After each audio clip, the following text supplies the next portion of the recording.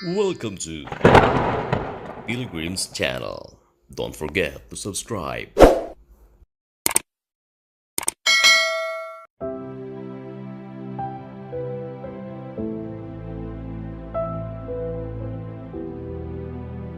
Magandang araw sa inyo mga kapilgrims. Kapag may taong namatay, maraming mga katanungan ang nasa isip ng tao. Gaya ng mga tanong na ito. Saan kaya pupunta yung espiritu niya? Ano kayang mangyayari sa kanya? Magpaparamdam pa kaya siya? Nakikita niya pa ba kaya tayo? O itong very common question na nagsasabi, ligtas kaya siya? Yan ang ating pag-uusapan sa bidyong ito. Kaya kung bago ka pa lang rito, huwag kalimutang isubscribe ang Pilgrim's Channel para sa mga susunod na mga videos. Handa ka na ba? Tara, simulan na natin. Para madali nating masagot ang mga tanong na yon, kailangan muna nating maintindihan kung paano ginawa ng Diyos ang tao. At ang ating batayan ay ang banal na aklat ng mga Kristiyano na tinatawag na Biblia. May talata sa Biblia na nagsasabi kung paano ginawa ng Diyos ang tao at kung ano ang mga sangkap nito. Ito ay nakasulat sa aklat ng Henesis, Kapitulo 2, versikulo 7. Ganito ang ating mababasa. At nilalang ng Panginoong Diyos ang tao sa alabok ng lupa, at hiningahan ang kanyang mga butas ng ilong ng hininga ng buhay, at ang tao ay naging kaluluwang may buhay.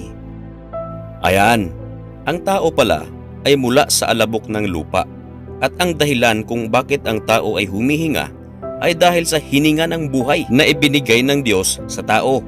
Yung hininga ng buhay, yun din po ay tinatawag na espiritu. Kaya ang tao ay humihinga ay dahil doon sa espiritu na ibinigay ng Diyos sa tao.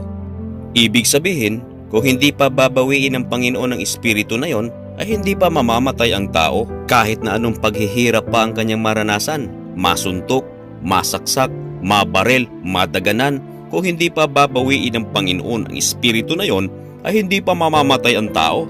Subalit kung ito ay babawiin na ng Panginoon, kahit na natutulog lang ang tao, ay wala na. Kahit na napapalibutan pa tayo ng oxygen, kung wala ng espiritu, wala nang hininga ang tao. Ito naman ay pinatunayan ni Santiago. Ito ay nakasulat sa aklat ni Santiago, Kapitulo 2, versikulo 26. Ganito ang ating mababasa. Sapagkat kung paanong ang katawan na walang espiritu ay patay, ay gayon din ang pananampalataya na walang mga gawa ay patay. Ayan, ipinaliwanag ni Santiago na ang katawan na walang espiritu ay patay. Yung espiritu na yon, yun ang espiritu na ibinigay ng Diyos noong ginawa niya ang tao doon sa Henesis Kapitulo 2, versikulo 7. Paano ko nasabi na yun ay espiritu? Yung hininga na tinutukoy doon ay mula sa Hebrew word na neshama, na ang ibig sabihin ay spirit. Saan pupunta ang spirit na yon kapag namatay ang tao? Ito naman ngayon ay nakasulat sa aklat ng Ecclesiastes o Mga Ngaral, Kapitulo 12, versikulo 7. Ganito ang ating mababasa. At ang alabok ay mauuwi sa lupa gaya ng una, at ang diwa ay mababalik sa Diyos na nagbigay sa kanya. Ayan, napakaliwanag. Yung alabok na pinag-uusapan dyan ay yung katawan ng tao, at yung diwa, yun naman na espiritu. So mababalik sa Panginoon ang espiritu. Kaya pag namatay ang tao, hindi na siya babalik pa, sapagkat wala na sa kanyang espiritu, at ang kanyang katawan ay babalik sa alabok. Sinasabi naman ng iba, bakit naramdaman ko siyang nagpaparamdam? Amoy kandila, amoy bulaklak. Hindi siya yon.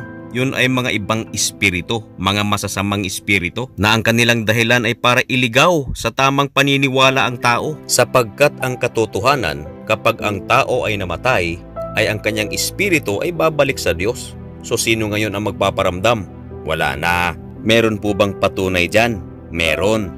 Basahin natin ang aklat ni Job, Kapitulo 7, versikulo 9 at 10. Kung paanong ang ulap ay napapawi at nawawala, gayon siyang bumababa sa Sheol ay hindi na aahon pa. Siya ay hindi na babalik pa sa kanyang bahay, ni malalaman pa man niya ang kanyang dako.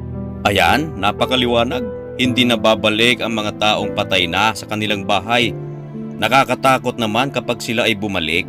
Wala na. Sila po ay nasa kamay na ng Diyos. Kaya ipasa Diyos na natin ang kanilang kapalaran.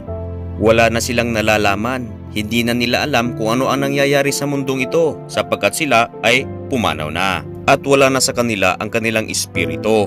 Ang tanging mga buhay lamang ang nakakaalam kung ano ang nangyayari sa mundo. Subalit ang mga patay ay wala na silang nalalaman.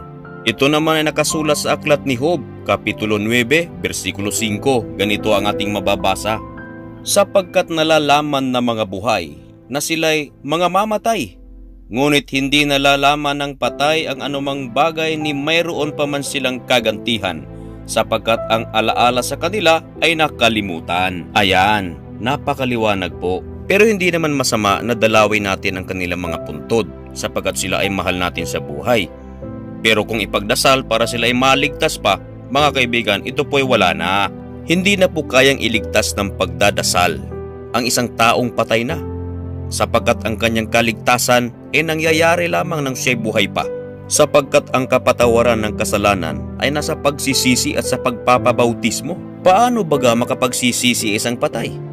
Paano makapagpapabautismo ang isang patay? Kaya ang dapat gawin ng isang tao bago mamatay ay pagsisihan ang kanyang mga kasalanan, talikuran ang kasamaan at tanggapin si Jesus bilang tagapagligtas ng kanyang buhay. Bakit kaya kailangang paghandaan ng isang tao ang isang kaganapan na tinatawag na kamatayan bago siya pumanaw? Alam naman siguro ng mga tao na walang taong nakakaalam sa araw ng kanyang kamatayan. Hindi pwedeng sabihin ng isang tao, mamaya na, bata pa ako. Mamaya na, kailangan ko pang yumaman. Marami na po tayong narinig ng mga sikat na mga personalidad na biglaan na lang pumanaw, di ba? Ito ang sinasabi ng banal na aklat sa aklat ng Mangangaral, Kapitulo 8, versikulo 8 o yung Ecclesiastes.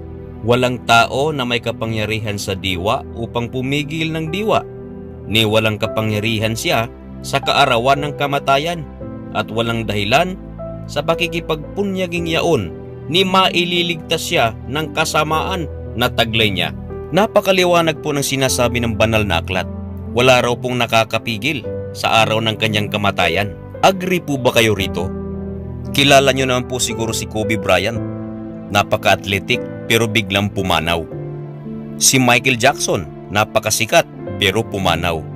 Si Whitney Houston, napakasikat pero pumanaw. Si Rico yan, si FPJ, si Dolphy. Marami na po tayong mga sikat na personalidad na nabalitaan na sila'y pumanaw. Ito ay patunay na walang taong makakapigil ng kanyang kamatayan. Hindi exempted ang bawat isa rito. Maging ang mga apostol dumaan ng pagkamatay. Maging si Jesus mismo sa laman, siya ay pumanaw. Subalit sa aklat ng unang Korinto Kapitulo 15, hindi lahat tayo mga mamatay. Sa anong paraan?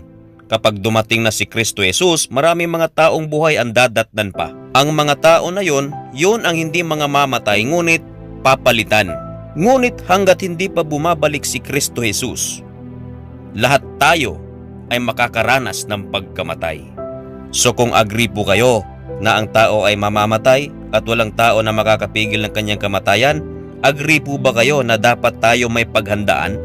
Ang dapat po nating paghandaan ay ang ating kaligtasan. Kailangan ng taong pagsisihan ang kanyang mga kasalanan at mangagbautismo, sapagkat ang kapatawaran ng kasalanan ay nasa pagsisisi at sa pagpapabautismo. May patunay po ba? Tara, basahin natin ang aklat ng mga gawa, Kapitulo 2, versikulo 38. Ganito ang ating mababasa. At sinabi sa kanila ni Pedro, mangagsisi kayo at mangagbautismo ang bawat isa sa inyo sa pangalan ni Jesucristo sa ikapagpapatawad ng inyong mga kasalanan, at tatanggapin ninyo ang kaloob ng Espiritu Santo. Ayan, napakaliwanag. Ang kapatawaran ng kasalanan ay nasa pagsisisi at sa pagpapabautismo. Bakit po ba kailangan natin ang mga bagay na ito? Sapagkat tayo pilgrims lamang sa mundong ito. Ito naman ang sabi ni Santiago, kayo ngang hindi nakakaalam ng mangyayari bukas. Ano ang inyong buhay? Kayo nga'y isang singaw na sa sandaling panahon ay lumilitaw at pagdakay napapawi. Yan, ito po ang katotohanan ng ating buhay. Tayo'y lumilitaw at napapawi.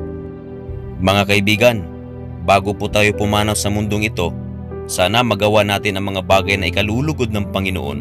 Sapagkat ang ating pinag-uusapan dito ay ang buhay na walang hanggan na siyang napaka-importante. Ito ay ang ating kaligtasan. or ang ating pagpasok sa kaharian ng Diyos. At hindi tayo makakapasok sa kanyang kaharian maliban na tayo ipanganak na muli ng tubig at ng espiritu.